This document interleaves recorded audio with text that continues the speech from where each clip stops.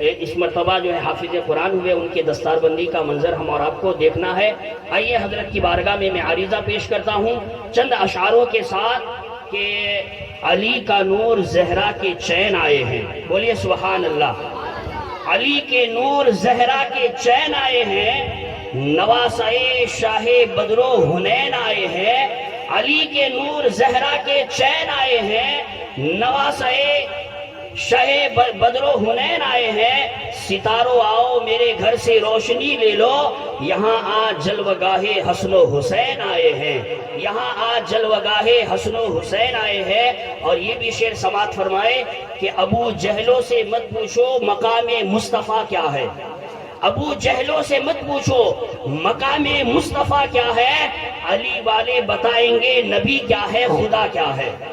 ابو جہلوں سے مت پوچھو مقام مصطفیٰ کیا ہے، اور علی والے بتائیں گے نبی کیا ہے، خدا کیا ہے۔ آل نبی کی سچی محبت دل میں بسا لو، آل نبی کی سچی محبت دل میں لے کر جا، خدا پھر تجھ سے پوچھے گا بتا تیری رضا کیا ہے، خدا پھر تجھ سے پوچھے گا بتا تیری رضا کیا ہے۔ آئیے حضرات ہمارے مقرر خصوصی جن سے میری مراد مفسر قرآن حضرت علامہ و مولانا سید رضوان پاشا صاحب قادری کو میں اس جو ہے دعوت سخن دوں گا کہ حضرت آئے اور اپنے بیانات کے ذریعہ ہمارے قلوب و اذہان کو منور فرمائے۔ آئیے ان کا استقبال بہترین انداز میں کرے اور سارا مجمع میری آواز ملا کر نعرے کا جواب دے۔ نعرے تکبیر، نعرے تکبیر، نعرے رسالت، نعرے رسالت، نعرے رسالت۔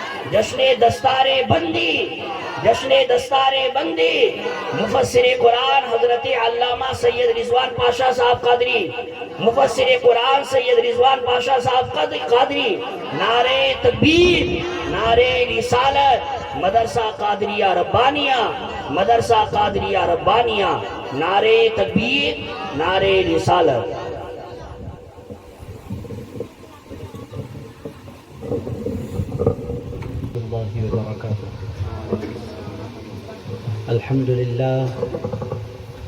الحمد لله الذي نزل الفرقان على عبده ليكون للعالمين نذيرا، والصلاة والسلام على خير الورى بدر الدجى صدر العلا نور الهدى كهف البرى، سيدنا وشفيعنا وحبيبنا ونبينا ومولانا محمد المصطفى وعلى آله بالصدق والصفا وأصحابه نجوم الهدى ومن تبعهم بإحسان إلى يوم الجزاء. أما بعد، فقد قال الله تبارك وتعالى في القرآن المجيد والفرقان الحميد: فأعوذ بالله من الشيطان الرجيم، بسم الله الرحمن الرحيم.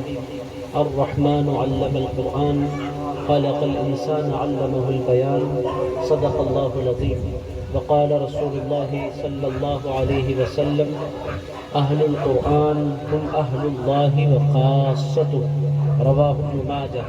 وقال الله تبارك وتعالى في شان حبيبه ونبيه ورسوله: إن الله وملائكته يصلون على النبي يا أيها الذين آمنوا صلوا عليه وسلموا تسليما. اللهم صل وسلم وزد وبارك على حبيبك سيدنا وشفيعنا ونبينا ومولانا محمد وعلى آله وصحبه ووارث حاله ومظهر كماله وابنه الكريم وولده الشريف الغوث العظم، والحمد لله رب العالمين. محفل میں تشریف فرما انتہائی معزز و مکرم جملہ علماء کرام، محفل میں تشریف فرما جملہ بزرگوں، نوجوان دوستوں، عزیز ساتھیوں، پیارے بچوں، پس پردہ تشریف فرما میری ماں اور بہنوں، اللہ تعالیٰ کا بڑا فضل و احسان ہے کہ دارالعلوم قادریہ ربانیہ کے اس سالانہ جلسے میں اللہ تعالیٰ نے مجھ گناہگار کو حاضری کی سعادت بخشی ہے۔ عزیزان گرامی قدر، قرآن کی مجلس میں آنا، قرآن کی مجلس میں بیٹھ جانا، یہ قسمت والوں کو نصیب ہوا کرتا ہے۔ عزیز دوستو، ہم بڑے خوش نصیب ہیں، اور اس واسطے بھی خوش نصیب ہیں کہ اسٹیج پر علماء کی ایک انتہائی بابرکت جماعت تشریف فرما ہے، اور جن کے سینوں میں اللہ رب العزت نے اپنا کلام بھی اتارا اور اپنے کلام کے علوم بھی اتارے۔ ایسی شخصیتوں کے ساتھ ہم آج اس مبارک مجلس میں بیٹھے ہیں۔ میرے دوستو، چند بنیادی باتیں قرآن مجید کے حوالے سے آپ کی خدمت میں عرض کرتا ہوں پھر میں اپنی باتوں کو تیزی سے سمیٹ لوں گا. عزیز دوستو، انسان دو چیزوں کا نام ہے. انسان ایک جسم ہے، دوسری روح.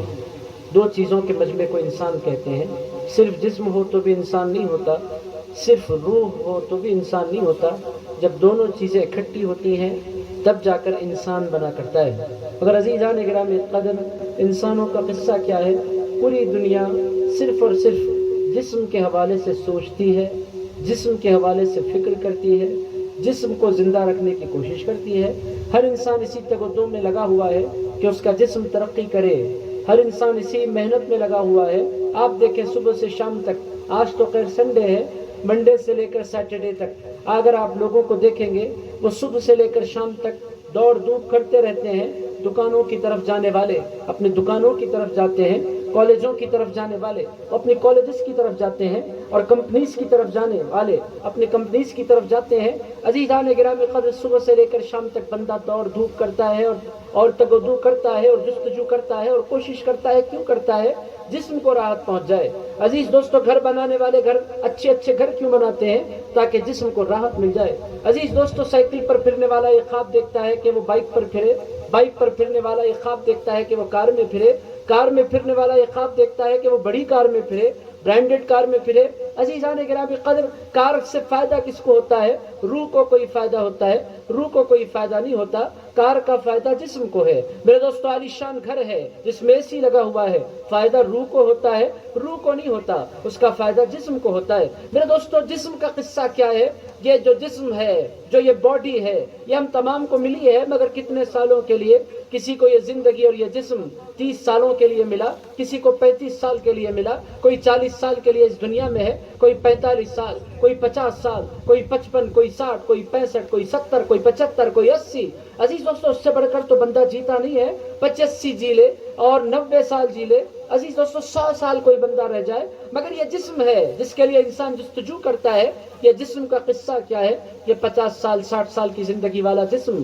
مگر عزیز دوستو، پوری دنیا اسی جسم کی راحت کے لیے، یہ صرف مسلمان نہیں، غیر مسلم بھی اسی جسم کی راحت کے لیے جستجو کر رہے ہیں. کافر بھی اسی جسم کی راحت کے لیے جستجو کر رہے ہیں. عزیزان گرامی قدر، آپ بولیں گے قرآن کہاں ہے؟ عزیز دوستو، یہ جو جسم ہے اس کے علاوہ انسان کے اندر ایک روح بھی ہے. اس جسم کا خاصہ کیا ہے؟ یہ مر جانے والا جسم. اس جسم کی خصوصیت کیا ہے؟ یہ ختم ہو جانے والا جسم. اس جسم کا خاصہ کیا ہے؟ یہ کیڑے مکوڑوں کی غذا بن جانے والا جسم، جس کے لیے انسان جد و جہد کر رہا ہے. مگر اسلام اور عزیزان گرامی قدر، خاتم النبیین، مدینے کے تاجدار صلی اللہ تعالی علیہ وآلہ وسلم جو پیغام لے کر آئے، وہ صرف جسم کو زندگی دینے والا نہیں، یہ یقینی طور پر جسم کی سلامتی بھی عطا فرماتا ہے. حضور کی زندگی میں انسانوں کی بھلائی اور جسم کے حوالے کے اور پاکیزگی کے حوالے سے بھی، جسم کی ترقی کے حوالے سے بھی بے پناہ راز ملتے ہیں. حضور کو فالو کر لینے والا کبھی دنیا میں بیمار نہیں ہوتا. اللہ تعالیٰ اس کو ایسی صحت عطا فرما دیتا ہے. میرے دوستو، بہرحال جسم کے حوالے سے پوری جد و جہد ہے، اور میرے دوستو جسم ہی کے لیے پوری کوششیں ہیں. مگر عزیزان گرامی قدر، جسم کا نام انسان نہیں ہے، جسم کے ساتھ ساتھ روح بھی ہے، چاہے وہ مرد ہے چاہے وہ عورت ہے. اللہ تعالیٰ نے جسم کے ساتھ اس کو ایک روح بھی عطا فرمائی ہے. میرے دوستو، جسم کا قصہ کیا ہے؟ جسم چونکہ مٹی سے بنا تو اس کو غذا بھی مٹی سے ملا کرتی ہے. یہ اللہ رب العزت نے اصول بنایا. آپ جتنی چیزیں ہیں وہ ساری کی ساری زمین سے اگتی ہیں. عزیز دوستو، کوئی ایسی چیز نہیں ہے جو آسمان سے ٹپکتی ہو بارش کے علاوہ. عزیز دوستو، جتنی چیزیں انسان کھاتا ہے وہ ساری کی ساری چیزیں، چاہے وہ بیگن ہو، چاہے وہ ٹماٹر ہو، چاہے وہ انار ہو، چاہے وہ انجیر ہو، چاہے وہ بادام ہو، چاہے وہ گیہوں ہو. عزیز دوستو، جو بھی انسان کھاتا ہے وہ اسی مٹی سے بنتا ہے اور اسی مٹی سے نشو و نما پاتا ہے. یہ جیسا کہ آپ تمام حضرات جانتے ہیں، جسم مٹی سے بنا تو اللہ تعالیٰ نے اس کو غذا بھی مٹی سے عطا فرمائی. مگر عزیزان گرامی قدر، انسان صرف جسم کا نام نہیں، اس کے اندر ایک روح بھی پائی جاتی ہے. اب روح کو غذا کیسے ملے اور روح کو راحت کیسے ملے، روح کو سکون کیسے ملے؟ آپ بولیں گے جسم جس طرح بیمار ہوتا ہے روح بھی بیمار ہوتی ہے. میرے دوستو، بلا شک و شبہ روح بھی بیمار ہوتی ہے. جسم جس طرح بے چین ہوتا ہے، کیا روح بھی بے چین ہوتی ہے؟ میرے دوستو، 100% روح بھی بے چین ہوتی ہے. عزیزان گرامی قدر، جسم کو زندہ رکھنے کے لیے ہمیں اسے کھانا کھلانا پڑتا ہے، تب جا کر جسم زندہ رہتا ہے. ہم ناشتہ بھی کرتے ہیں، ہم لنچ بھی کرتے ہیں، ہم ڈنر بھی کرتے ہیں، تب جا کر ہم زندہ رہتے ہیں. میرے دوستو جسم کو زندہ رکھنے کے لیے غذا کی ضرورت پڑتی ہے، تو روح کو زندہ رکھنے کے لیے کیا ہوگا؟ عزیزان گرامی قدر، ایسا تو نہیں ہو سکتا کہ اللہ جسم کا تو سارا نظام اور پوری کائنات جسم کے لیے بنا دے اور روح کو تشنا چھوڑ دے، روح کو پیاسی چھوڑ دے، روح کو بھوکا چھوڑ دے۔ عزیز دوستو روح کے لیے بھی نہیں، اللہ نے کوئی نہ کوئی انتظام کیا ہوگا۔ عزیز دوستو جسم مٹی سے بنا تو اللہ تعالیٰ نے مٹی سے غذا عنایت فرمائی، اور میرے دوستو روح چونکہ یہاں کی ہے نہیں، چاہے آپ کی روح ہو چاہے میری روح ہو، یہاں جتنے بیٹھے ان تمام کی روحیں، روحوں کا تعلق اس دنیا سے نہیں ہے۔ روحیں کہاں رہتی ہیں؟ روحیں ملائے اعلیٰ میں رہتی ہیں، اللہ کے عرش کے پاس رہتی ہیں، اور وہاں ہوتا کیا ہے؟ روحوں کو کوئی کھانا نہیں کھلایا جاتا اور روحوں کو کوئی پانی نہیں پلایا جاتا۔ پھر روحیں زندہ کیسے رہتی ہیں؟ روحوں کی زندگی اللہ کے کلام سے ہوا کرتی ہے، اللہ کے ذکر سے ہوا کرتی ہے۔ عزیز دوستو مکے کی سرزمین پر، مکے کی دھرتی پر اللہ تعالیٰ نے اسی واسطے قرآن نازل فرمایا تھا کہ جسموں کے لیے تو ایک پورا نظام قائم ہے، انسانوں کے روح کے قرار کے لیے بھی کوئی کلام کو نازل کرنا چاہیے، تب جا کر اللہ پاک نے قرآن مجید کا نزول فرمایا۔ میرے دوستو ہمارا قصہ کیا ہے؟ ہم جسم کو راحت پہنچانے کے سارے سامان مہیا کر رہے ہیں، مگر روح کے بارے میں ہم کوئی فکر نہیں کرتے۔ ہمارے پاس طریقہ کیا ہے؟ ماں باپ بچوں کو اٹھاتے ہیں، اسکول جانے کے لیے اٹھاتے ہیں، نماز پڑھنے کے لیے نہیں اٹھاتے۔ میرے دوستو تیاریاں ہوتی ہیں کس کی؟ ہوم ورک ہو گیا کہ نہیں، اس پر تو نظر ڈالی جاتی ہے، قرآن پڑھا گیا ہے کہ نہیں، اس پر کوئی توجہ نہیں دی جاتی۔ میرے دوستو اگر قرآن پڑھے بغیر آپ بھی دن کا آغاز کریں، میں بھی دن کا آغاز کروں، وہ دن کا آغاز انتہائی منحوس آغاز ہوتا ہے۔ دن کا آغاز اخبار سے نہیں ہوتا، دن کا آغاز سیل فون سے نہیں ہوتا، دن کا آغاز جس طرح ہم ناشتے سے کرتے ہیں اسی طرح ہمیں قرآن سے کرنے کی ضرورت ہے۔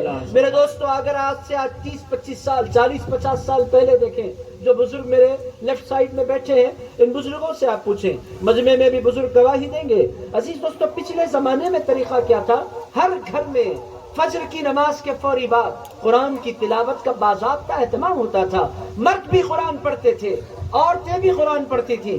عزیز دوستو کوئی گھر مسلمانوں کا ایسا نہیں ہوتا جس میں قرآن کی تلاوتیں نہیں ہوتی، مگر دنیا نے ترقی کی، سائنس نے ترقی کی، ٹیکنالوجی نے ترقی کی، اور انٹرنیٹ نے ترقی کی، اور سیل فون نے ترقی کی۔ آج عالم کیا ہے؟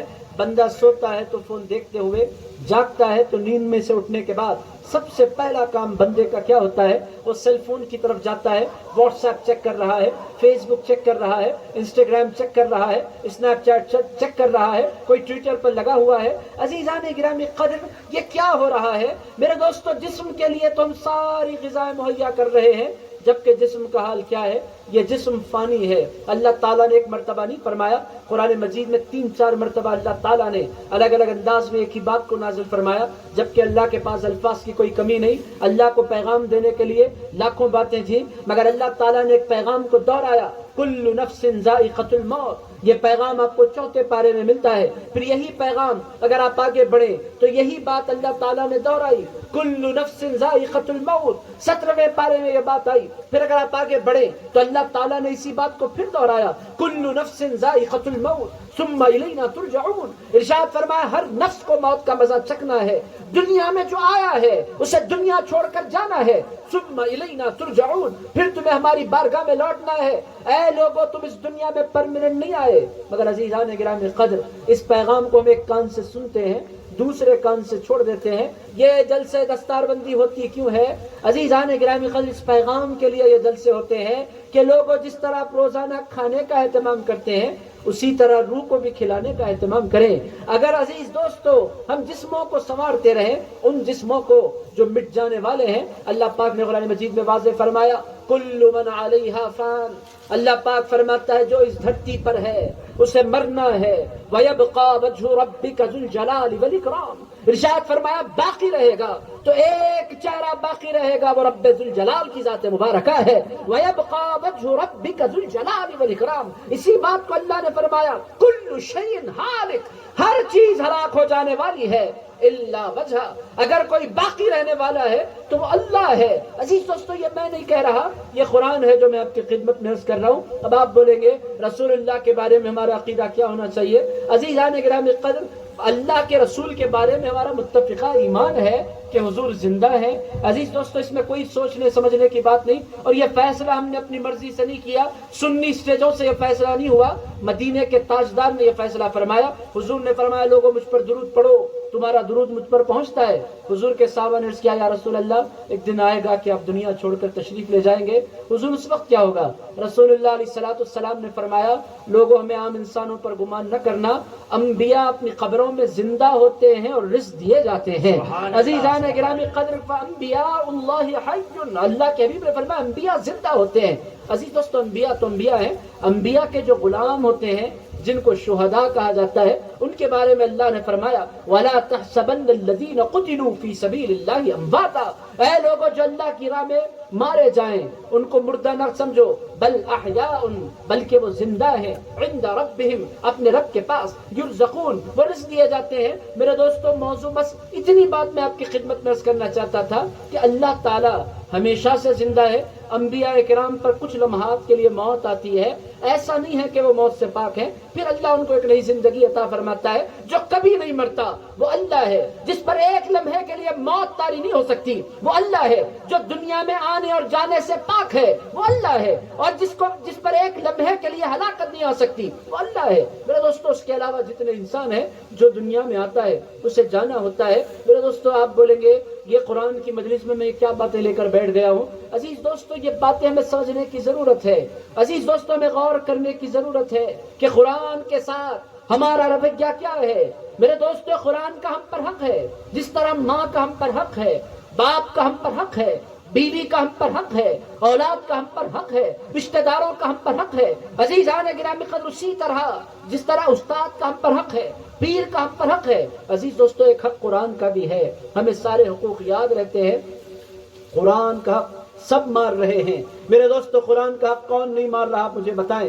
عزیزان گرامی قدر، ہمارے معاشرے کا تاجر بھی قرآن کا حق مار رہا ہے، ہمارے معاشرے کا انجینئر بھی قرآن کا حق مار رہا ہے، ہماری سوسائٹی کا مزدور بھی قرآن کا حق مار رہا ہے۔ عزیزان گرامی قدر، ہماری سوسائٹی کے مرد اور عورتیں سارے کے سارے قرآن کے حقوق کو پامال کر رہے ہیں۔ کون ہے عزیز دوستو، کون ہے قرآن پڑھنے والا؟ آج کی اس مجلس میں آپ بیٹھے ہیں، آج جب اس مجلس میں آپ بیٹھے ہیں، علماء کی تمنا کیا ہے، یہ چاہتے کیا ہیں؟ یہ تو اپنی زندگیاں قرآن کو دے رہے ہیں، مگر عزیزان گرامی قدر، قرآن نے نہیں کہا کہ اس قرآن کو ہم نے علماء کے لیے نازل فرمایا۔ قرآن میں ایک آیت بھی آپ نہیں بتا سکتے۔ عزیز دوستو، اللہ نے کبھی نہیں کہا کہ قرآن عالموں کے لیے اترا، قرآن حفاظ کے لیے اترا، قرآن سادات کے لیے اترا۔ قرآن میں کہیں بھی لکھا ہوا نہیں ہے۔ اللہ تعالیٰ قرآن کے بارے میں کیا فرماتا ہے؟ شہر رمضان الذی انزل فیہ القرآن ھدی للناس وبینات من الھدی والفرقان۔ عزیز دوستو، اللہ تعالیٰ نے اس میں جو کلمات استعمال فرمائے، ھدی للناس، اللہ پاک فرماتا ہے یہ کتاب ہدایت ہے۔ کس کے لیے؟ آپ بولیں گے مسلمانوں کے لیے۔ اللہ فرماتا ہے قرآن صرف مسلمانوں کے لیے بھی نہیں اترا، قرآن زمین پر پیدا ہونے والے ہر انسان کے لیے اترا ہے۔ عزیزان گرامی قدر، قرآن کی ضرورت مومن کو بھی ہے، قرآن کی ضرورت کافر کو بھی ہے، قرآن کی ضرورت مرد کو بھی ہے، قرآن کی ضرورت عورت کو بھی ہے، قرآن کی ضرورت بوڑھے کو بھی ہے، قرآن کی ضرورت بچے کو بھی ہے۔ ھدی للناس، انسانیت، ساری انسانیت کے لیے قرآن آیا۔ مگر عزیز دوستو، اس قرآن کو جس قدر اہمیت دینی چاہیے تھی ہم نے دی نہیں۔ اس کا نقصان کیا ہو رہا ہے؟ عزیز دوستو، حیدرآباد میں پرسوں ایک حادثہ پیش آیا۔ میں حیدرآباد میں رہتا ہوں، مثال آپ کی خدمت میں پیش کر رہا ہوں، میں پورا تعارف نہیں دیتا۔ عزیز دوستو، ایک انتہائی بڑا آدمی، مسلمان، ڈاکٹر، کتنے 100 کروڑ کا وہ مالک ہے۔ اس کے پاس جو جائیداد ہے، 4-5 دن قبل، زیادہ عرصہ نہیں ہوا، 5 دن قبل کا واقعہ میں آپ کی خدمت میں کر رہا ہوں۔ جائیداد اس کے پاس کتنی ہے؟ تو 600 کروڑ کا وہ مالک ہے۔ ایک بیٹا ایک بیٹی، دونوں کے دونوں ڈاکٹرز اور بہت بڑے عہدوں پر فائز۔ عزیزان گرامی قدر، داماد بھی ڈاکٹر، بہو بھی ڈاکٹر، وہ خود بھی ڈاکٹر، بیوی بھی ڈاکٹر، 600 کروڑ کا مالک، بڑے بڑے اس کے بنگلے۔ اور حیدرآباد میں آپ جانتے ہیں شہر کے آؤٹسکرٹس میں فارم ہاؤسز بنانے کا شوق چل پڑا ہے آج کل۔ مالدار لوگ پہلے گھر بنانے کے خواب دیکھتے ہیں، جب گھر بن جاتا ہے تو پھر ان کی تمنائیں بڑھتی ہیں، تو پھر وہ کیا کرتے ہیں؟ فارم ہاؤسز بناتے ہیں شہر کے باہر، بڑے بڑے فارم ہاؤسز جس میں جانور بھی ہوں، جس میں سوئمنگ پول بھی ہو، اور جس میں عالی شان بنگلے بھی ہوں۔ عزیزان گرامی قدر، 600 کروڑ کا بندہ مالک ہے۔ خودکشی کر لی اس بندے نے. 5 دن پہلے کی بات میں آپ کی خدمت میں عرض کر رہا ہوں. میں آپ سے پوچھتا ہوں اس بندے نے خودکشی کیوں کی؟ دنیا بھی ہے، نام بھی ہے، پیسہ بھی ہے، پھر بندے نے خودکشی کیوں کی؟ تو خودکشی کا ریزن کیا ہے؟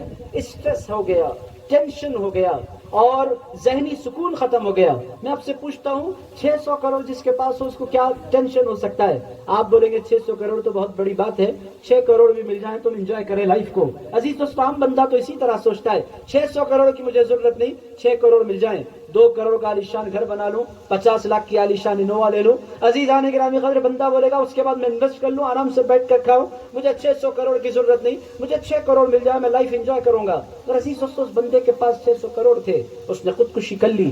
سوال یہ پیدا ہوتا ہے، اتنا پیسہ ہونے کے بعد، اتنا نام ہونے کے بعد، اتنی عزت ہونے کے بعد کوئی بندہ خودکشی کیوں کر رہا ہے؟ وہ کہتا ہے اسٹریس ہو گیا، ٹینشن ہو گیا. میرے دوستو، دنیا کی 25% آبادی اس وقت اسٹریس میں زندگی گزار رہی ہے. پوری ترقی کے بعد اسٹریس ہے، ٹینشن ہے، اینگزائٹی ہے، عزیز دوستو ڈپریشن ہے.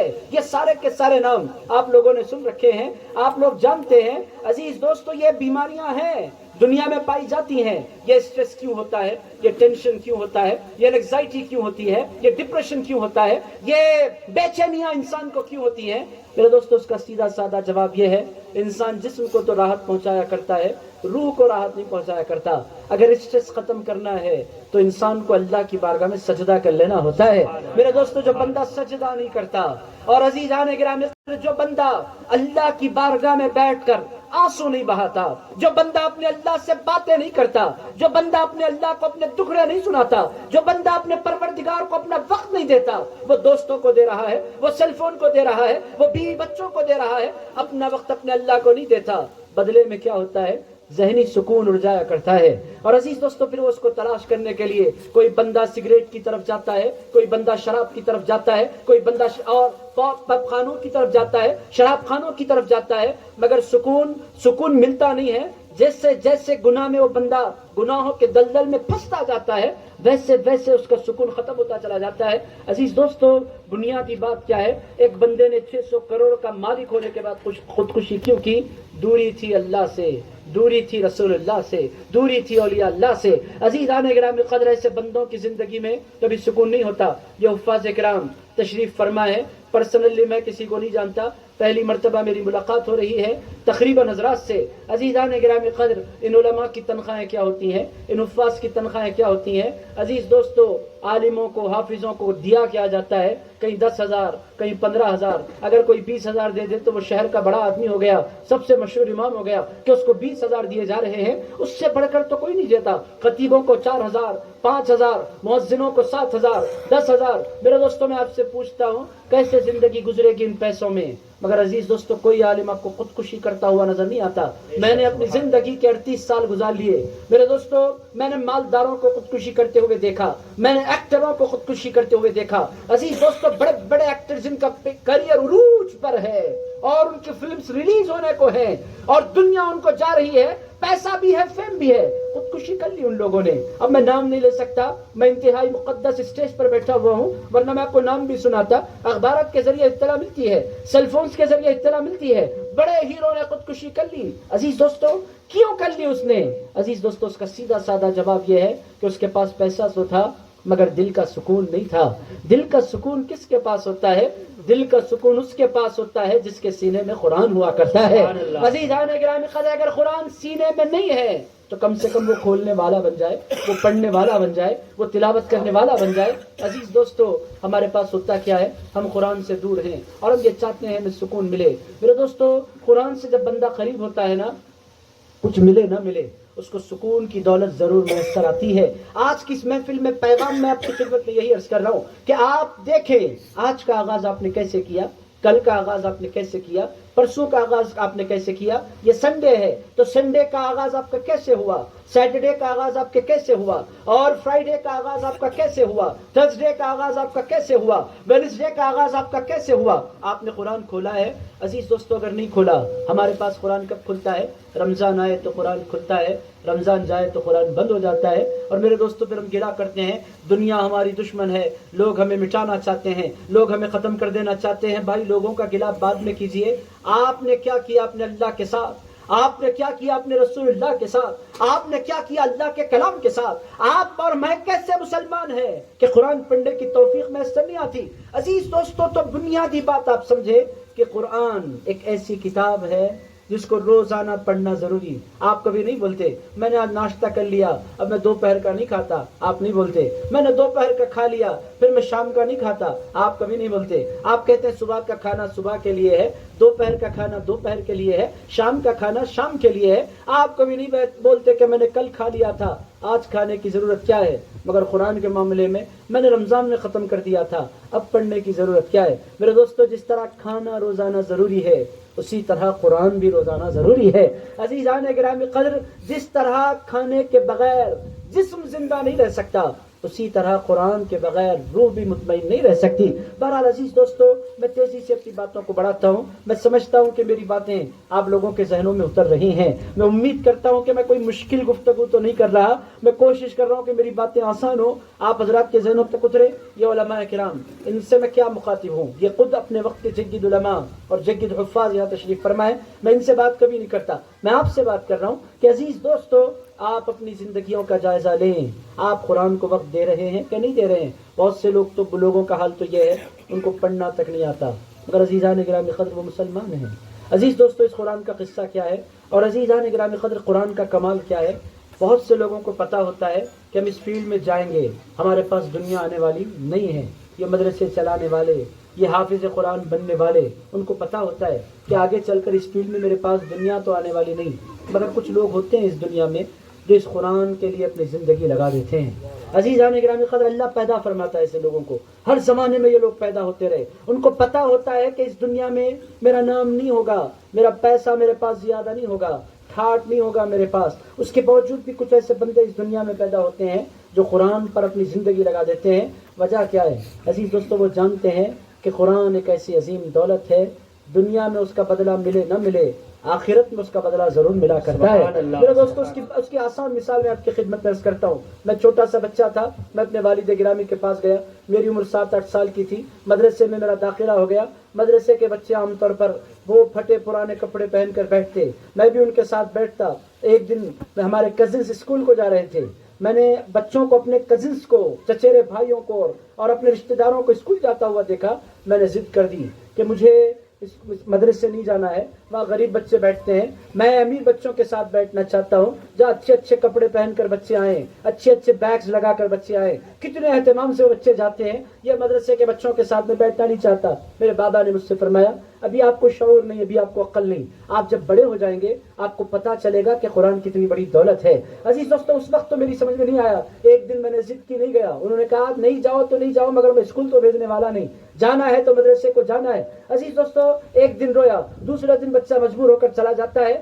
تب میری سمجھ میں نہیں آیا کہ قرآن کیا ہے. عزیز دوستو، جب میری عمر 20-25 سال کی ہو گئی تب مجھے احساس ہونے لگا. جب میں نے قرآن میں غور کرنا شروع کیا. عزیزان گرامی قدر، حضرت سیدنا موسیٰ علیہ السلام نے اللہ رب العزت کی بارگاہ میں عرض کیا ہے، پروردگار میں تیرا کلیم ہوں، کلیم تو تیرا محبوب، تیرا پیغمبر، تیرا رسول، تیرا نبی کریم ہوں. اے پروردگار، مجھے پڑھنے کے لیے کوئی خاص ورد عطا فرما، کوئی خاص وظیفہ عطا فرما. اللہ پاک نے فرمایا، اے موسیٰ کلیم اللہ، تم پڑھو لا الہ الا اللہ.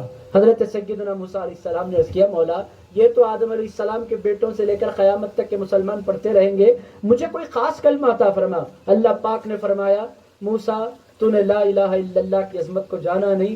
اے موسیٰ، یہ ایک ایسا کلمہ ہے، اگر اس ایک کلمے کو ایک پلڑے میں رکھ دیا جائے، پوری کائنات کو ایک پلڑے میں رکھ دیا جائے، وہ پلڑا بھاری ہوگا جس پلڑے میں لا الہ الا اللہ رکھا ہوگا. عزیز دوستو، غور کرنے کی بات ہے، یہ لا الہ الا اللہ کیا قرآن ہے؟ عزیز دوستو، یہ پورا قرآن نہیں ہے. کیا یہ قرآن کی پوری سورت ہے؟ یہ قرآن کی پوری سورت بھی نہیں ہے. کیا یہ پورے قرآن کی ایک آیت ہے؟ عزیزان گرامی قدر، یہ قرآن کی پوری آیت بھی نہیں ہے. یہ کیا ہے لا الہ الا اللہ؟ اللہ پاک فرماتا ہے، فَاعْلَمْ أَنَّهُ لَا إِلَهَ إِلَّا اللَّهُ وَاسْتَغْفِرْ لِذَنبِكَ وَلِلْمُؤْمِنِينَ وَالْمُؤْمِنَاتِ وَاللَّهُ يَعْلَمُ مُتَقَلَّبَكُمْ وَمَثْوَاكُمْ. اللہ پاک نے فرمایا کہ لا الہ الا اللہ ہے کیا؟ ارشاد فرمایا، لا الہ الا اللہ یہ پوری آیت نہیں ہے. لا الہ الا اللہ پوری آیت کا ایک حصہ ہے میرے دوستو. قرآن کی ایک آیت کے ایک حصے کی یہ شان، قرآن کی ایک سورت کی ایک آیت کے ایک حصے کی یہ شان ہے کہ اگر ایک پلڑے میں وہ رکھ دیا جائے، پوری کائنات دوسرے پلڑے میں رکھ دی جائے تو وہ پلڑا بھاری ہوگا. جس میں قرآن کی ایک سورت کی ایک آیت کا ایک حصہ رکھا جائے گا تو عزیزان گرامی قدر پھر پورے قرآن کی عظمتوں کا عالم کیا ہوگا. آپ اندازہ لگائیں کہ پوری قرآن کی عظمتوں کا عالم کیا ہوگا. میرے دوستو دنیا میں آپ جتنے یہاں بیٹھے ہیں اب اسٹیج پر بیٹھنے والے، میں آپ لوگوں کو کم نہیں بتا رہا، آپ کی بھی ضرورت ہے سوسائٹی کو. ہر قسم کے بندوں کی مسلمانوں کو ضرورت ہوتی ہے، مگر عزیزان گرامی قدر سب برابر نہیں ہوتے. مجھ سے پیشتر عالم دین نے قرآن کی آیت پڑھی تھی، قل هل يستوي الذين يعلمون والذين لا يعلمون. اللہ پاک فرماتا ہے هل يستوي الاعمى والبصير، کہ اندھا اور دیکھنے والا برابر ہو سکتے ہیں، کہ علم والا اور بغیر علم والا برابر ہو سکتے ہیں. هل يستوي الاحياء والاموات، زندہ اور مردہ دونوں برابر ہو سکتے ہیں. اللہ فرماتا ہے بالکل نہیں ہو سکتے.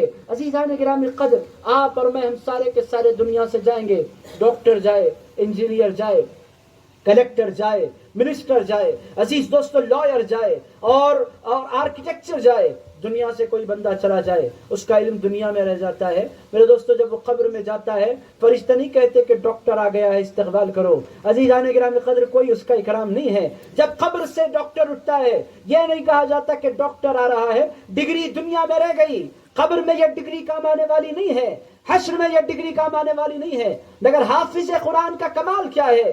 جامع ترمذی کی حدیث ہے، رسول اللہ علیہ الصلوۃ والسلام ارشاد فرماتے ہیں جب حافظ قرآن جنت میں انٹری لے گا اللہ رب العزت فرمائے گا میرے بندے تیرے سینے میں قرآن ہے، قرآن پڑھتا جا درجے چڑھتا جا.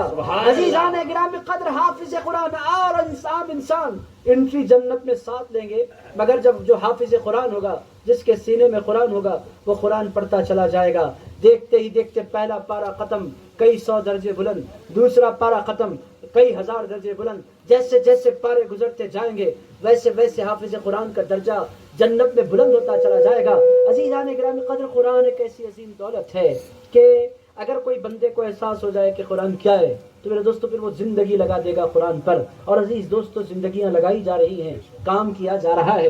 یہ جو حضرات اسٹیج پر بیٹھے ہیں یہ اپنی زندگیاں دے رہے ہیں قرآن کو. یہ ایک نہیں، یہ ایک علاقہ نہیں، آپ جس علاقے میں جائیں گے اب ان کا سیکریفائس کیا ہے ہم قدر نہیں کرتے، ہمارا الگ مسئلہ ہے. میرے دوستو اپنوں سے دور کوئی رہنا نہیں چاہتا. دنیا میں ہر انسان کو اپنے بہت عزیز ہوتے ہیں، اپنا علاقہ بہت پیارا ہوتا ہے، اپنی بستی سے ہر انسان کو پیار ہوتا ہے. ہر انسان یہ چاہتا ہے کہ وہ اپنوں کے درمیان رہے. عزیزان گرامی قدر یہ لوگ سب چھوڑ چھاڑ کر آ کر اپنا علاقہ، اپنی بستی، اپنے لوگ، اپنے رشتہ دار، اپنا خاندان، اپنی سوسائٹی سب چھوڑ چھاڑ کر آ کر یہاں بس گئے. کیوں؟ قرآن ہمیں پہنچانا ہے، قرآن کی ہمیں خدمت کرنی ہے. وہاں بہت لوگ ہیں، یہاں کم لوگ ہیں، ہمیں یہاں اپنا وقت دینا ہے. عزیز دوستو ہماری ذمہ داری کیا ہے کہ ہم بار بار اس کو ڈسٹرب مت کریں، چھوڑ دیں جیسے بھی ہے. عزیز دوستو ہماری ذمہ داری کیا ہے؟ ہم قدر کریں. میرے دوستوں میں اپنی باتوں کو سمیٹتا ہوں، اگر میں باتیں بولتا رہوں تو ایسی 50 باتیں. یہ ایک انتہائی واس سبجیکٹ ہے جس پر آپ جس پہلو سے غور کریں گے مضامین کے انبار کھلتے چلے جائیں گے. میں تیزی سے اپنی باتوں کو سمیٹتا ہوں. عزیز دوستو قرآن کے بغیر ہم زندہ نہیں رہ سکتے، یہ بات ہمیں ذہن نشین کرنا ہے. میرے دوستو پڑھیں گے نا انشاءاللہ روزانہ قرآن؟ ذرا زور سے بول دیا. عزیز دوستو یہ میں یہ نہیں کہتا کہ حافظ پڑھے، میں یہ نہیں کہتا کہ عالم پڑھے، ہر مسلمان قرآن پڑھے. عزیز دوستو اللہ نے ہر مسلمان کے لیے، ہر انسان کے لیے قرآن کا نزول فرمایا ہے. عزیز دوستو اب ہمارے اسلاف کو اگر ہم دیکھیں ان کا قرآن سے رابطہ کیسا تھا، ان کا قرآن سے کنیکشن کیسا تھا، قرآن سے ان کی محبتیں کیسی تھی. میرے دوستو پوری دنیا جن کو جانتی ہے، جن کو چاہتی ہے، جن کو مانتی ہے، جن کے نام سے یہ مدرسہ قائم ہے، مدرسے کا نام مدرسہ قادریہ ربانیہ. یہ قادریہ کیوں ہے؟ میرے دوستو اننت پور ایک ایسی سرزمین ہے جہاں غوث اعظم کے دیوانے ہزاروں میں پائے جاتے ہیں. عزیزان گرامی قدر بڑے پیر کا عشق یہاں کے لوگوں کی فطرت میں ہے، یہاں کے لوگوں کی گٹھی میں ہے. عزیز دوستو پورے آندھرا پردیش میں غوث پاک کے عشق کے حوالے سے اگر کوئی شہر ممتاز نظر آتا ہے تو اننت پور ہے.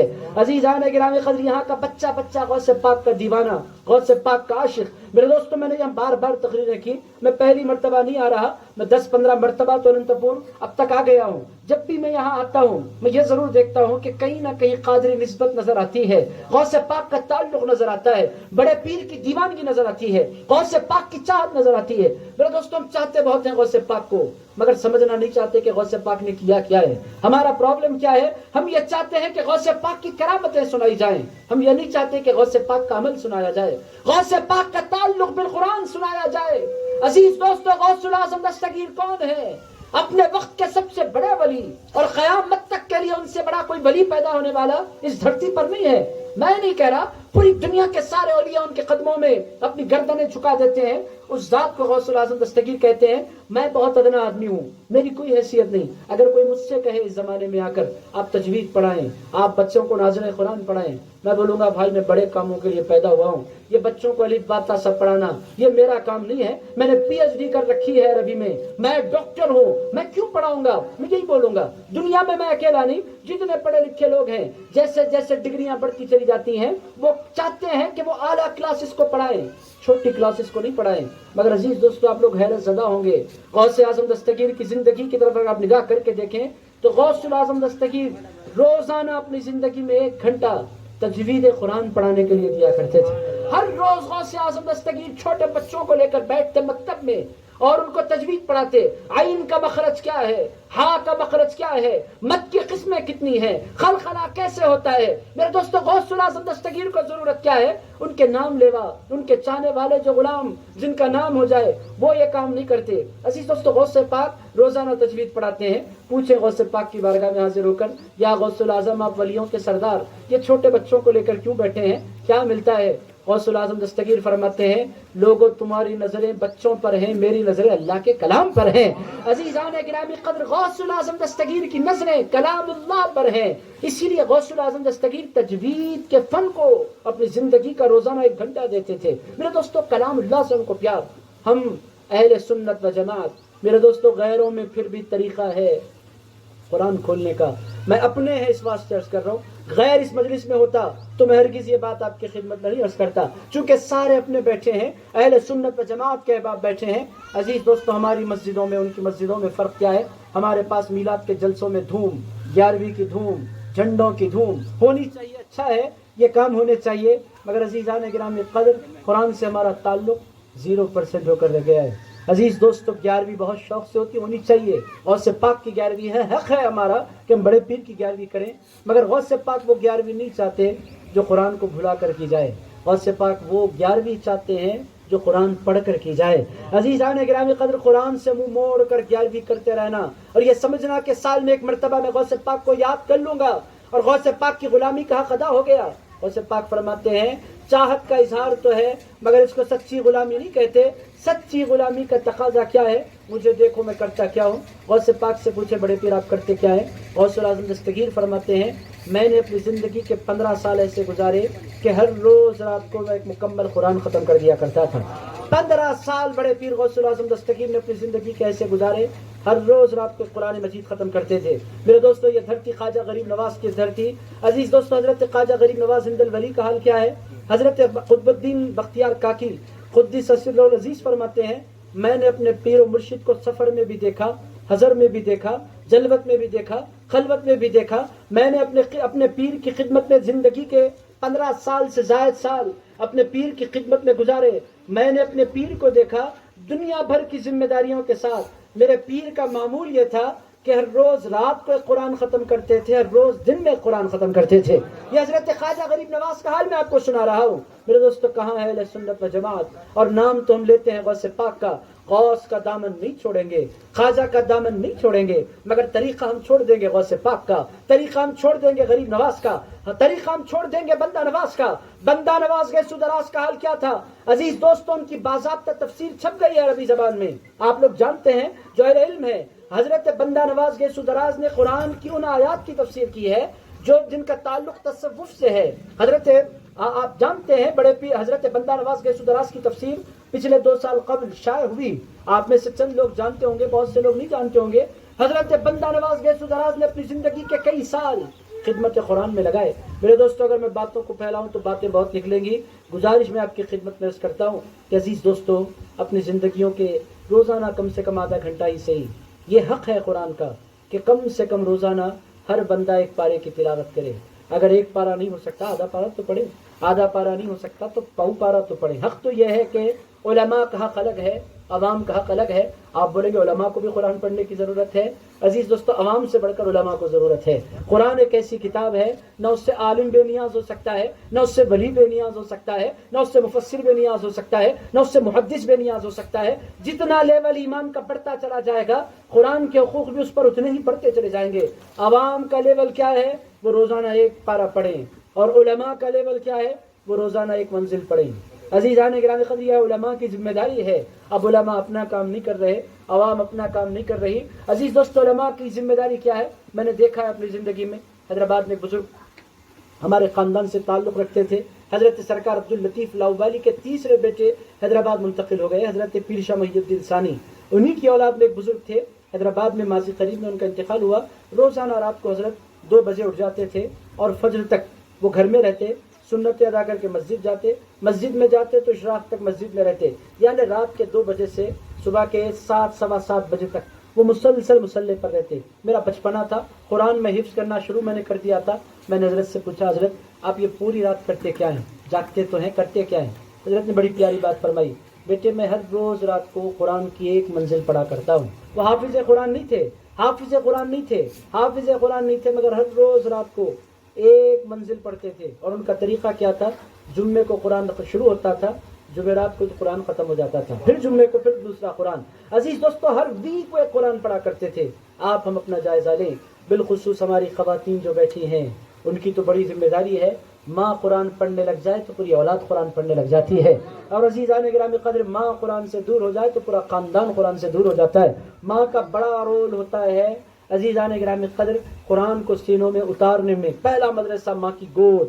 بہرحال عزیز دوستو ہمارے اسلاف کا قرآن سے بڑا گہرا تعلق رہا، اور اگر واقعی کوئی بندہ آج بھی قرآن سے جڑ جائے عزیز دوستو اللہ اس کو عزتوں سے نوازتا ہے۔ غوث پاک کی عظمتوں کے پیچھے قرآن ہے، غریب نواز کی عظمتوں کے پیچھے قرآن ہے، نظام الدین اولیاء محبوب الہی کی عظمتوں کے پیچھے قرآن ہے، بابا فرید الدین گنج شکر کی عظمتوں کے پیچھے قرآن ہے، حضرت بندہ نواز گیسو دراز کی عظمتوں کے پیچھے قرآن ہے، حضرت عبداللطیف لاؤبالی کی عظمتوں کے پیچھے قرآن ہے، عزیزان گرامی قدر حضرت داتا گنج بخش علی حجویری کی عظمتوں کے پیچھے قرآن ہے۔ میرے دوستو شرق سے غرب تک جتنے اولیاء، جتنے علماء، جتنے صلحاء ہوئے ان تمام کو عزت ملی ہے، قرآن سے ملی ہے۔ اور میرے دوستو آج بھی مسلمان جن چیلنجز کا سامنا کر رہے ہیں، اگر قرآن سے جڑ جائیں خوف مٹ جائے گا، دہشت ختم ہو جائے گی، کوئی ہمارا بال بھی بیکار نہیں کر سکے گا۔ میرے دوستو باتیں بہت ہیں، ختم کر رہا ہوں۔ عزیز دوستو ہم جب غریب نواز جب ہندوستان میں تشریف لائے تھے، ہم یہاں ہندوستان میں 1% بھی نہیں تھے، 1% بھی نہیں تھے ہم ہندوستان میں۔ کہیں کہیں کوئی کچھ مسلمان نظر آتے تھے، نہ مسلمانوں کا دبدبہ تھا، نہ ہیبت تھی، نہ سطوت تھی، کچھ بھی نہیں تھا۔ مگر غریب نواز جب تشریف لائے، آئے تو آئے کہاں؟ آئے تو راجستھان میں آئے، جو کفر کا سب سے بڑا سینٹر تھا پورے ہندوستان میں، وہاں آئے۔ اس زمانے میں نہیں، اس زمانے میں بھی راجستھان اب جائیں تو آپ کو اندازہ ہوتا ہے کہ وہاں کا حال کیا ہے۔ ایسے مقام پر حضرت خواجہ غریب نواز ہند الولی آئے، بغیر کسی خوف کے آئے، اور بغیر کسی تردد کے آئے، بغیر کسی اسلحے کے آئے۔ ان کے پاس کوئی ہتھیار نہیں تھے، کوئی اسلحہ نہیں تھا، آئے اور بغیر خوف کے بیٹھ گئے۔ عزیز دوستو میں آپ سے پوچھتا ہوں یہ اتنی بے خوفی کہاں سے آ گئی؟ اتنا سکون کہاں سے آ گیا؟ اتنی طاقت کہاں سے آ گئی؟ حضرت خواجہ غریب نواز فرمائیں گے، لوگوں میری طاقتوں کے 2 سورسز ہیں، ایک کو قرآن کہتے ہیں، دوسرے کو صاحب قرآن کہتے ہیں۔ میرے ایک ہاتھ میں اگر اللہ کے رسول کا دامن ہے، دوسرے ہاتھ میں میرے اللہ کا کلام پایا جاتا ہے۔ میرے دوستو آج میں آپ سے یہی گزارش کروں گا کہ ہم اپنی آنکھیں کھولیں، اپنے بچوں کو حافظ قرآن بنائیں، اور ہم حافظ قرآن بچے بنے یا نہ بنے، ہم اپنی زندگیوں میں قرآن کو شامل کر لیں۔ اور جو علماء اپنی زندگیاں لگا رہے ہیں اس کام پر، للہ فی اللہ، اللہ کی خاطر، اگر ہم زیادہ کچھ نہیں کر سکتے تو ان کی خدمت کریں، ایسے مدارس کو ہم آباد رکھیں۔ میرے دوستو یہی وہ مدارس ہیں جن سے ہمیں، آپ جانتے ہیں مدرسہ نہیں ہوگا تو مصلی کون سنبھالے گا، مدرسہ نہیں ہوگا تو نماز جنازہ کون پڑھائے گا، مدرسہ اگر نہیں ہوگا تو عزیزان گرامی قدر خطاب کون کرے گا؟ اگر مدرسہ نہیں ہوگا تو خطبے کون دے گا؟ مدرسہ نہیں ہوگا تو پھر شادیاں کیسے ہوں گی؟ مدرسہ نہیں ہوگا تو ہمیں پھر نظام کون بتلائے گا؟ فقہ کون سمجھائے گا؟ وضو کے احکام کون بتلائے گا؟ تلاوت، طہارت اور وضو، نماز، زکوٰۃ، یہ سارے معاملات ہم کس سے سیکھیں گے؟ یہی وہ مدارس ہیں جنہوں نے ہماری حفاظت کی ہے۔ اور میرے دوستو، ہمارے مدارس اب دم توڑنے پر ہیں۔ خاص طور پر آپ جانتے ہیں کہ کووڈ کے جانے کے بعد ہمارے ہاں تلنگانہ میں اور آندھرا میں باضابطہ اسکولز کا جال بچھ گیا۔ آپ لوگ جانتے ہیں، آپ لوگوں کے علم میں ہے، تلنگانہ میں سبوں اسکولز کھل گئیں جن میں غریب بچوں کو ہاسٹل کے ساتھ پڑھایا جا رہا ہے۔ تو بہت سے وہ بچے جن کے پاس کچھ نہیں ہوتا تھا وہ مدرسوں کا رخ کرتے تھے، اب وہ گورنمنٹ اسکولز کی طرف جا رہے ہیں۔ اب ہمارے مدرسے خالی ہوتے چلے جا رہے ہیں۔ عزیزان گرامی قدر، صرف مدرسوں کا نقصان نہیں ہے، مدرسے اگر خالی ہوں گے تو پھر پوری ملت کا نقصان ہوگا۔ عزیزان گرامی قدر، پھر ممبر و محراب چیخیں گے، تڑپیں گے کہ کوئی آئے ہمیں آباد کرے۔ ممبروں کی زینت، آپ جانتے ہیں ممبروں کی زینت ڈاکٹر نہیں ہوتے، ممبروں کی زینت انجینئرز نہیں ہوتے، ممبروں کی زینت آپ تمام حضرات جانتے ہیں کانٹریکٹرز نہیں ہوتے، ممبروں کی زینت وکلاء نہیں ہوتے، ممبروں کی زینت ججز نہیں ہوتے۔ ممبر کی اور محراب کی زینت ہوتے ہیں تو حافظ ہوتے ہیں، عالم ہوتے ہیں، اور وہ فراہم کرنے والے کون ہیں؟ انہی چیزوں کو فراہم کرنے والوں کو حفاظ کہتے ہیں۔ علماء کہتے ہیں، بہت تھوڑے احباب تشریف فرمائیں مگر جتنے بیٹھے ہیں ان سے وہی گزارش کروں گا، آپ ذرا جائزہ لیں۔ ہم جلسوں پر، میں جلسے کرنے کا مخالف نہیں، عزیز دوستو جلسے کیجئے، ضرورت ہے۔ ہم جلسوں پر 25 50 ہزار 1 لاکھ روپیہ خرچ کر دیتے ہیں ایک رات میں۔ اہل سنت و جماعت کا ٹرینڈ ہے، طریقہ ہے۔ ہم چاہتے ہیں کہ جلسہ ہمارا بڑے سے بڑا ہو، 1 لاکھ روپیہ جلسے پر ہم لگا دیتے ہیں۔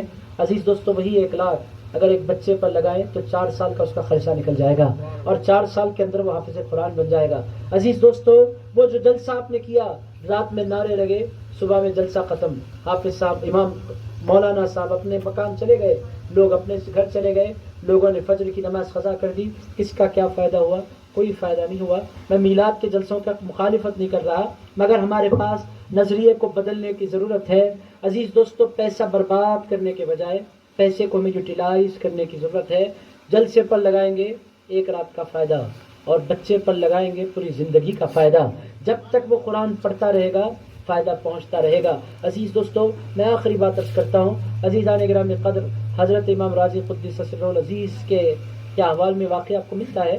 حضرت امام راضی رحمۃ اللہ علیہ نے اپنی تفسیر کبیر میں واقعہ نقل فرمایا کہ ایک بندے کا انتقال ہوا، اور وہ بندہ بڑا گناہ گار تھا، قبر میں اترا، سوالات میں فیل ہوا، مسلمان تو تھا مگر ناکام ہو گیا، تو اللہ تعالیٰ نے عذاب کا سلسلہ شروع کر دیا، اور اس پر عذاب ہوتا رہا 1 سال 2 سال 3 سال۔ اچانک اس کی قبر سے عذاب تھم گیا، اور پھر جنت کے دروازے اس کی قبر میں کھول دیے گئے۔ اس نے تو کچھ نہیں کیا، وہ تو مردہ تھا، مردہ کوئی عمل کرتا ہے قبر میں؟ کوئی نہیں کرتا۔ مگر عزیز دوستو، اچانک اس کی قبر میں جہنم کے دروازے بند کر دیے گئے، اور اس کی قبر کو جنت میں تبدیل کر دیا گیا۔ اس نے اپنے پروردگار کی بارگاہ میں عرض کیا، میرے مولا، یہ کرم فرمائی کی وجہ کیا ہے؟ اچانک میری قبر کو جنت کا باغ بنا دیا گیا، مولا میں نے کیا کیا؟ میں تو مردہ، میں تو کچھ کر نہیں سکتا، اے اللہ یہ فضل کیوں؟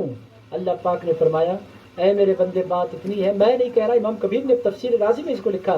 اللہ پاک نے فرمایا، اے میرے بندے، بات اتنی ہے کہ تو جب دنیا سے گیا تھا تو تو نے اپنا ایک بچہ، اپنا ایک یتیم بچہ دنیا میں تو چھوڑ کر گیا تھا۔ تیرا ایک بیٹا تھا جو یتیم ہو گیا تھا تیرے جانے پر، وہ 1 سال کا تھا جب تو دنیا سے گیا، آج وہ 4 سال کچھ مہینوں کا ہو گیا ہے، اور آج تیرا بچہ استاد کے سامنے بیٹھا ہے، اور آج اس نے الف با تا سا پڑھنے سے پہلے آج اس نے پڑھا اعوذ باللہ من الشیطان الرجیم بسم اللہ الرحمن الرحیم۔ تیرے بچے نے کہا، اس اللہ کے نام سے شروع کرتا ہوں جو رحمان ہے، اس اللہ کے نام سے شروع کرتا ہوں جو الرحیم ہے۔ اللہ تعالیٰ نے فرمایا، اے بندے، بات اتنی ہی ہے، اسی لیے میں نے تیری قبر سے عذاب ختم کر کے جنت کے دروازے کھول دیے ہیں۔ عزیزان گرامی قدر، یہ قرآن پڑھنے والے بچے، ان کی قدر کیجئے، ان کی خدمت کیجئے۔ یہ قرآن پڑھا یہ اننت پور سے تعلق رکھتا ہے کہ نہیں، یہ آندھرا سے تعلق رکھتا ہے کہ نہیں۔ عزیز دوستو، جب علماء کو دیکھیں، حفاظ کو دیکھیں، ہمارے دیکھنے کا نظریہ کیا ہو، ہم ان کو علاقے کی اینک لگا کر نہیں دیکھیں، بلکہ مصطفیٰ کی غلامی کی اینک لگا کر دیکھیں، رسول اللہ کی نسبت کی اینک لگا کر دیکھیں، اور تعلق بالقرآن کی اینک لگا کر دیکھیں، اور پھر ان سے پیار کریں، ان کی قدر کریں۔ عزیز دوستو، باتیں بہت ہیں، اگر مجھے کڑپا پہنچنا تھا، عزیزان گرامی قدر، مجھے پتہ نہیں تھا وہاں بھی میں نے ٹائم دے دیا, یہاں بھی میں نے ٹائم دے دیا, اور میں نے وہ سمجھا تھا کہ وہاں رات میں مجھے جانا ہے اور مجھے جانا وہاں ظہر میں ہے. تو عزیز دوستوں میں جا نہیں سکوں گا, 3-4 تو بج ہی جائیں گے, مگر جانا تو پڑے گا. ان لوگوں نے کہا کتنی بھی دیر ہو جائے آپ آئیں, صورت دکھا دیں بس ہے, ورنہ لوگ ہمیں چھوڑیں گے نہیں. تو عزیز دوستوں میری مجبوری ہے, مجھے جانا ہے, ورنہ میں آپ سے اور بہت باتیں کرتا, اور جی تو چاہ رہا ہے کہ بہت دیر تک آپ سے گفتگو کرتا رہوں. آپ لوگ نعرے نہیں لگاتے, کوئی پرابلم نہیں, مگر چہرے دیکھ کر میں سمجھ سکتا ہوں کہ بندہ سمجھ رہا ہے یا سو رہا ہے. پوری مجلس میں ایک بندہ تھا جو سویا, خیر تھکا ہوا ہوگا, اس کے علاوہ پوری مجلس جاگ رہی تھی, سن رہی تھی, غور کر رہی تھی. بہرحال عزیزان گرامی قدر, ہماری بہنیں بھی جو بیٹھی ہیں ان سے پھر ایک مرتبہ گزارش کروں گا, آپ کھانا بعد میں پکائیں, اللہ کا کلام پہلے پڑھیں. شوہر غصے میں آئے تو ان کو سمجھائیں, غصہ نہیں کریں, آئے میرے بازو بیٹھیں, آپ قرآن پڑھیں, ہم دونوں قرآن پڑھیں گے, پھر ناشتہ ہوگا. اب یہ شرط لگا دیں, دیکھیں کہ کیسا سیدھا ہو جائے گا کڈی کی طرح شوہر. اگر آپ یہ شرط لگائیں کہ میں کھانا اس وقت تک آپ کو نہیں دوں گی جب تک کہ آپ قرآن نہیں پڑھ لیں گے, گھر کا ماحول بنے گا. بچوں کو سمجھا دیں, اسکول تم بعد میں جاؤ گے, پہلے تمہیں قرآن پڑھنا ہوگا, تب جا کر پھر قرآن کا ماحول بنے گا.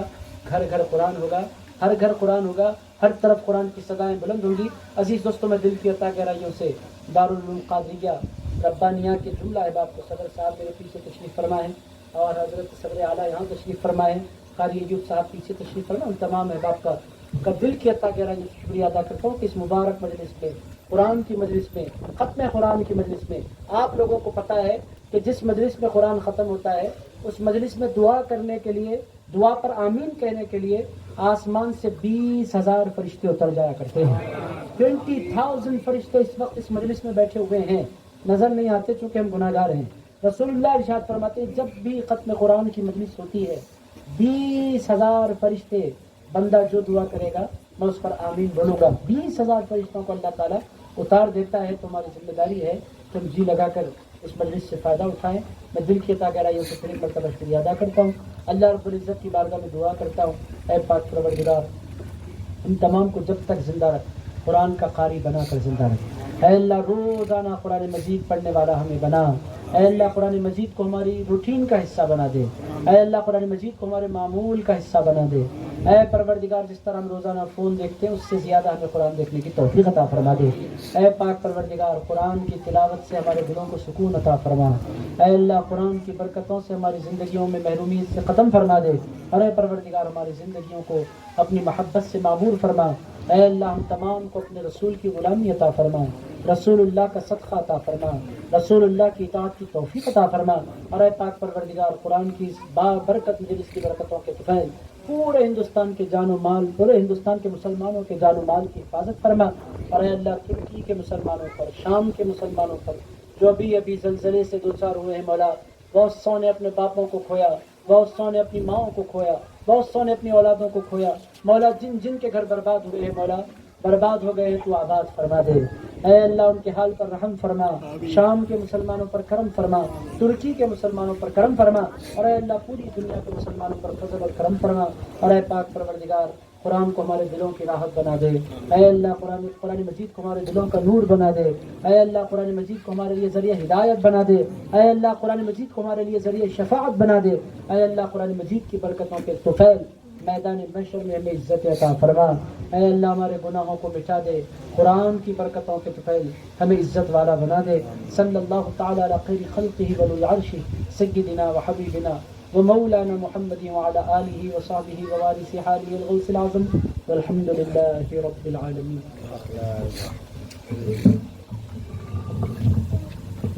والے محمد شاہ جمال کو, محمد شاہ جمال اور محمد رضوان دونوں حفاظ کرام سے گزارش کرتا ہوں کہ اسٹیج پہ تشریف لائے. بہت خوشی کی بات ہے کہ اس مرتبہ مدرسہ قادریہ ربانیہ سے 2 بچے جو ہے حافظ قرآن ہوئے. 2 بچوں نے قرآن کو حفظ کیا.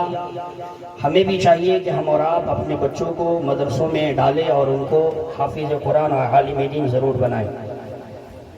محمد شاہ جمال, نعرہ تکبیر, نعرہ رسالت, نعرہ رسالت.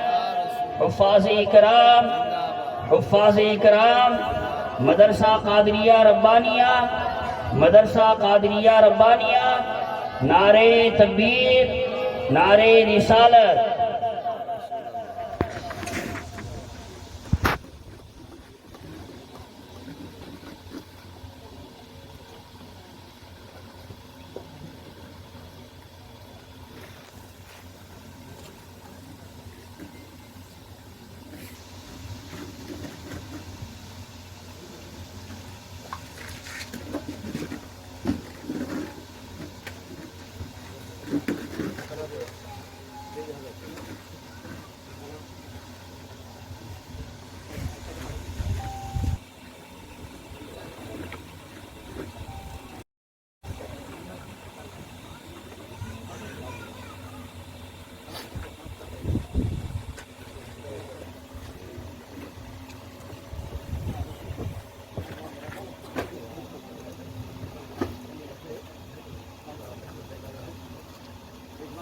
محمد حافظ محمد رضوان رضا، یہ بھی جو ہے حافظ قرآن ہوئے. آپ سارا مجمع جو ہے نعرے کا جواب دے. نعرے تکبیر، نعرے رسالت، نعرے رسالت. حفاظ اکرام، حفاظ اکرام، مدرسہ قادریہ ربانیہ، مدرسہ قادریہ ربانیہ، علماء اہل سنت، علماء اہل سنت. نعرے تکبیر، نعرے رسالت.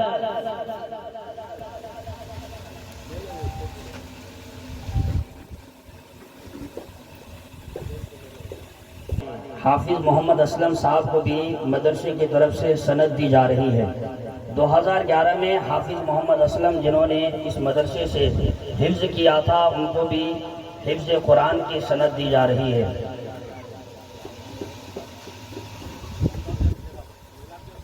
اور اسی سال حافظ محمد ممتاز جو جنگل پلی مسجد کے مؤذن ہیں، وہ بھی اسی مدرسے سے انہوں نے حفظ کیا تھا، ان کو بھی جو ہے اسی مدرسے میں سے حافظ قرآن کی سند دی جا رہی ہے.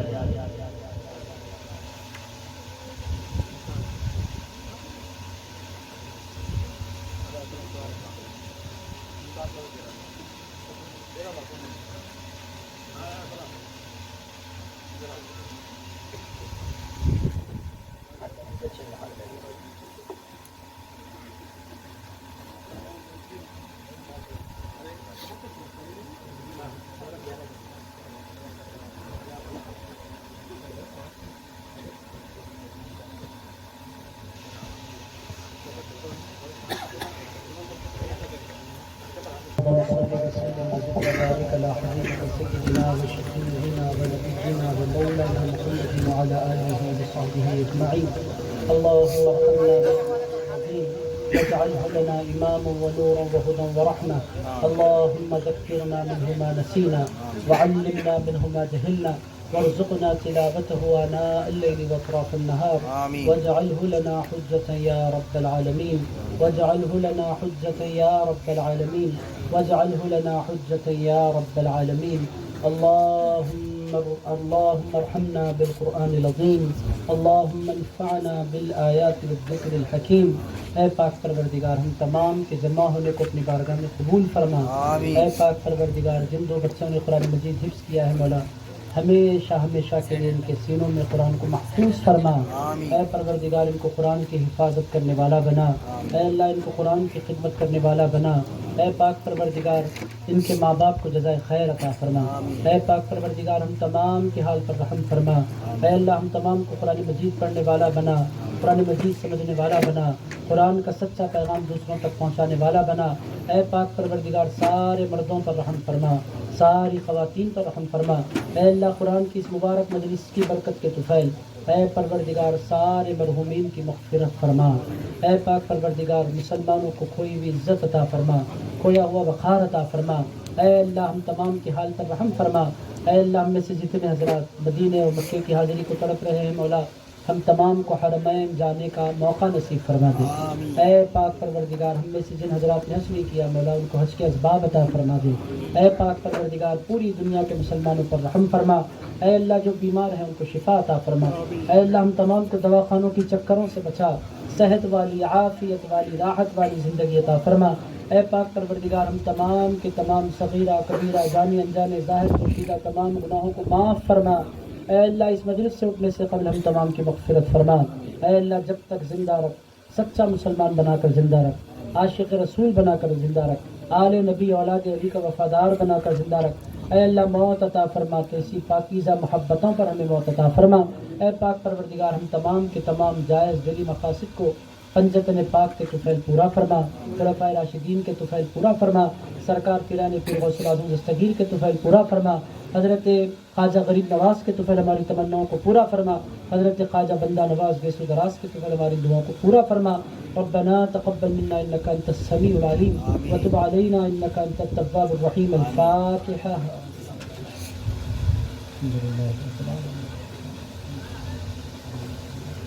يا أيها الذين آمنوا صلوا عليه وسلموا تسليما.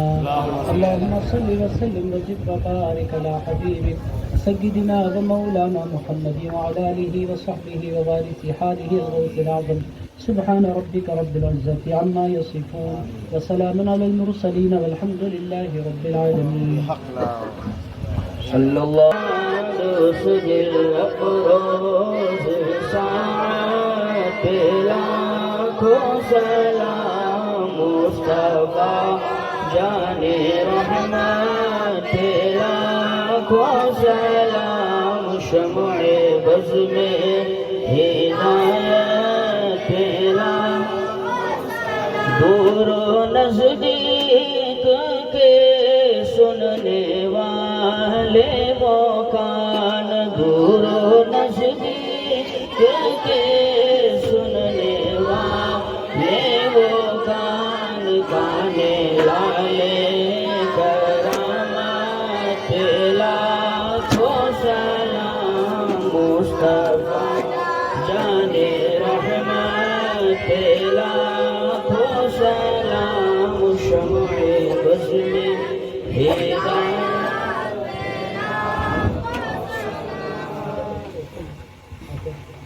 السلام عليك يا سيدنا يا رسول الله الصلاة والسلام عليك يا نبي الله الصلاة والسلام عليك يا قاسم رزق الله الصلاة والسلام عليك يا شفيعنا يوم الجزاء الصلاة والسلام عليك وعلى آلك وأصحابك يا حبيب الله السلام عليك يا قطب الكونين السلام عليك يا غوث الثقلين السلام عليك يا سلطان الرجال السلام عليك يا باز الأشهر السلام عليك يا محي الدين والملة السلام عليك يا وارث رسول الله السلام عليك يا سيدنا ومرشدنا وقدوتنا ومولانا غوث الأعظم. الفاتحة. يصلون على النبي يا أيها الذين آمنوا صلوا عليه وسلموا تسليما.